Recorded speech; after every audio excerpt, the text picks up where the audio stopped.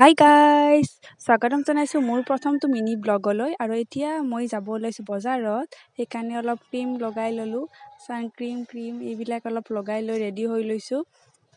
আজি হৈছে শাওনৰ দ্বিতীয়টো সোমবাৰ, গতিকে ঘৰতে শৰাই এখন দিম বুলি ভাবিছোঁ। সেইকাৰণে অলপ বজাৰৰ পৰা আহোঁ ফল মূল লৈ। আৰু এতিয়া মই যাবলৈ ওলালোঁ ৰেডি। তেনেহ'লে ব'লক আপোনালোকেও চাই থাকক ভিডিঅ'টো। এতিয়া আমি বজাৰত গৈ আছোঁ।